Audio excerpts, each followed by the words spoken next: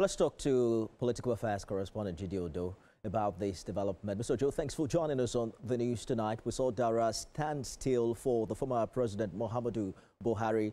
Walk us through how you think Nigerians respond in the coming years as regards his memory and what he stood for.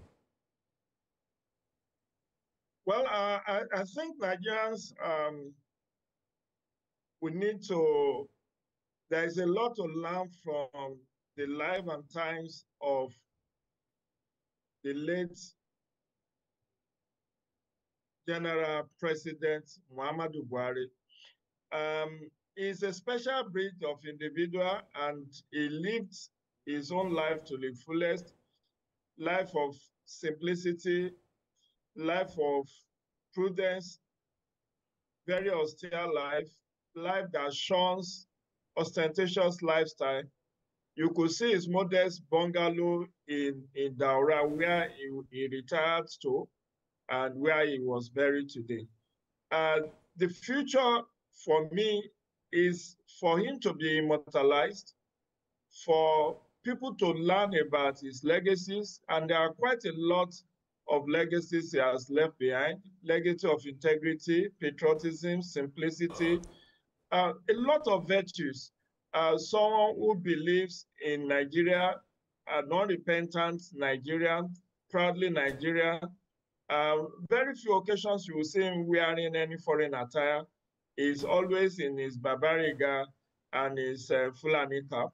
And of course, he did his best. And I believe that the history will be very kind to him in future years to come. Indeed, it's a little bit different from the conversations online, though, because some are talking about how he had popularized having to step out of the country to cater to his health. He even eventually died in London outside Nigeria.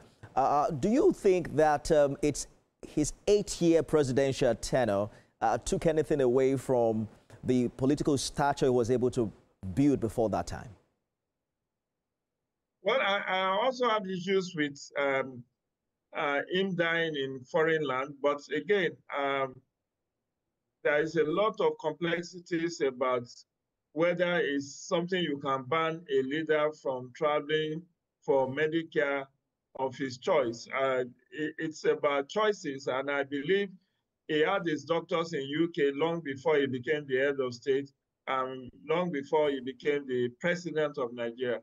And so the legacy is partly for us to, for future leaders, starting with the current one, Bola Ahmed Tinubu, to look at the possibility of building a world-class health facility that can take care of the health needs of our presidents, our governors, our statesmen, because we are actually losing a lot of forex to taking care of them abroad. About the same time, Buhari was in London Hospital.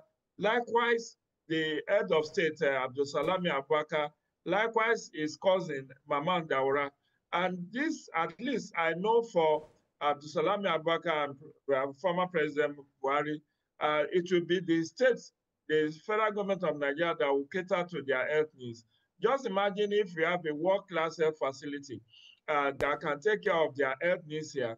That kind of resources could have been plowed back to do some other things. I recall the late Fidel Castro of Cuba. While he was terminally ill of cancer, he never left Havana for any other country. That's why the fact that Cuba is not a very strong economy, relying on cigar and sugarcane, majorly tourism as foreign exchange earners. But Cuba has a very strong, infrastructural development, and the man never left Cuba to seek medical aid elsewhere in the world. That's the kind of exemplary conduct we should cultivate. Nigeria is too big a country for our leaders to be dying in foreign countries. This is not the first time it has happened. Recall that in 2010, Umaru Musa Yar'Adua also died in Saudi Arabia. And I think we should learn the right lesson and do the needful to ensure that our public officials live and are well taken care health-wise within the shores of Nigeria. Political affairs analyst Dr. Jide, thank you for talking to us. My pleasure. Still ahead.